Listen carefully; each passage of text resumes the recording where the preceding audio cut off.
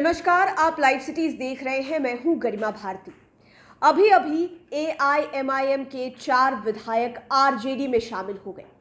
तेजस्वी यादव ने ये मैसेज दे दिया है कि वो कूटनीति के मामले में लालू यादव से कहीं कम नहीं है।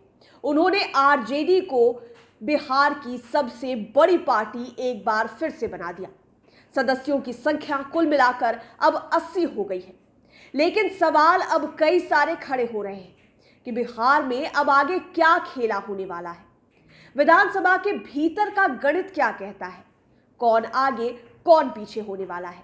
चलिए एक एक कर सारे बिंदुओं पर ध्यान आकर्षित करते हैं आपका और इस मुद्दे पर चर्चा करते हैं कि आरजेडी के भीतर जो ये तेजस्वी कूटनीति हुई है, इसका असर आने वाले समय में बिहार की राजनीति पर क्या पड़ने वाला है और क्या पड़ सकता है। सबसे पहले आपको ये जानकारी दे दें कि एआईएमआईएम यानी कि असदुद्दीन ओवैसी की पार्टी से 5 विधायक इस बार बिहार विधानसभा में जीते थे 2020 में। उसके बाद चर्चा खूब हुई कि ओवैसी का खाता बिहार में खुल गया और वो भी बहुत ही जोरों शोरों से खुला।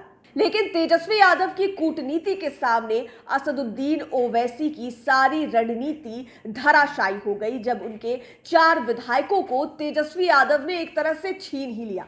आपने वो तस्वीर भी अभी अभी देखी कि कैसे गाड़ी में बिठाकर ले गए। शायद अब लालू प्रसाद यादव से मुलाकात होगी, आगे के सारे प्रोसीजर्स होंगे, राजद के भीतर उनका स्वागत होगा, तरह तरह की चीजें होंगी। लेकिन असदुद्दीन ओवैसी के पास अब बच गए केवल अख्तरुल ईमान, जो कि उनकी पार्टी के प्रदेश अध्यक्ष भी हैं।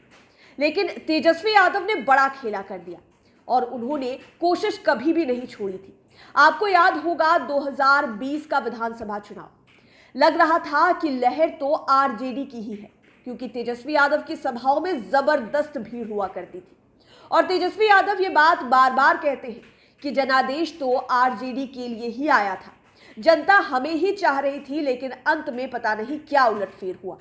और आरजेडी ने इस बात को 2020 में भी साबित किया कि जनाधार बिहार में तो मजबूत है ही। कहीं ना कहीं थोड़ी चूक हुई, इसके वजह से शायद थोड़े पीछे रह गए, लेकिन अकेले उतनी बड़ी संख्या में सदस्यों का जीतना आरजेडी के लिए बहुत ही मजबूत पक्ष रहा। 2020 के विधानसभा चुनाव पर अगर हम ध्यान डालें तो 75 विधायक आरजेडी के जीत कर आए। उसके बाद बिहार में जब दोबारा उपचुनाव हुए बोचहा विधानसभा सीट पर मुसाफिर पासवान के निधन के बाद, तो आरजेडी से अमर पासवान जीते, मुसाफिर पासवान के बेटे। और यहां पर भी तेजस्वी यादव की वही कूटनीति काम आई, क्योंकि मुसाफिर पासवान वीआईपी के विधायक थे।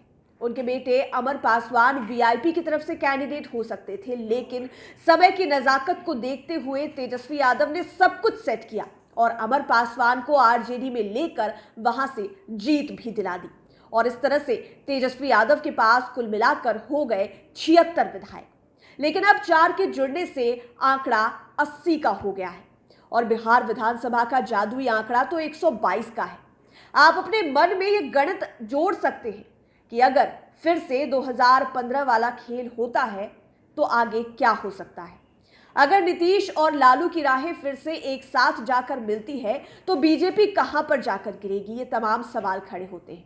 आपको बता दें कि एआईएमआईएम के 4 विधायकों ने तेजस्वी यादव को अपना नेता मान लिया, उनके नेतृत्व को स्वीकार कर लिया। उनमें से सबसे पहला नाम है जोकीहाट से शाहनवाज आलम का, दूसरा नाम है बायसी से विधायक सैयद रुकनुद्दीन अहमद का, कोचा धवन से विधायक मोहम्मद इजहार असफी का और बहादुरगंज से विधायक मोहम्मद अंजार नईमी का।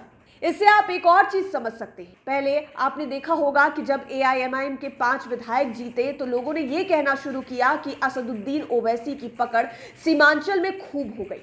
लेकिन ये 4 विधायक जो सीमांचल के इलाके से ही आते हैं, आप इससे ये समझ सकते हैं कि आरजेडी सीमांचल में एक बार फिर से मजबूत हो गई है। ऐसी ही कोशिश तेजस्वी यादव की तरफ से एक और उपचुनाव में भी की गई थी जब तारापुर और कुशेश्वर स्थान का उपचुनाव हुआ था। हालांकि उसमें तेजस्वी यादव को सफलता नहीं मिली।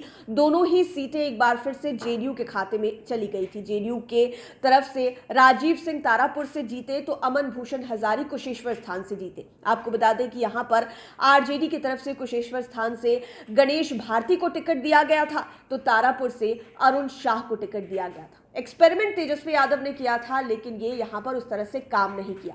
लेकिन अंततः तेजस्वी यादव सफल हो गए और 80 की संख्या लेकर अब वो सदन के भीतर कह सकते हैं कि वो बिहार की सबसे बड़ी पार्टी है। बात जादुई आंकड़े की करें तो वो 122 का होता है। 122 का आंकड़ा तो आराम से पार हो सकता है अगर तेजस्वी यादव की पार्टी आरजेडी और नीतीश कुमार की पार्टी जेडीयू फिर से एक हो जाए।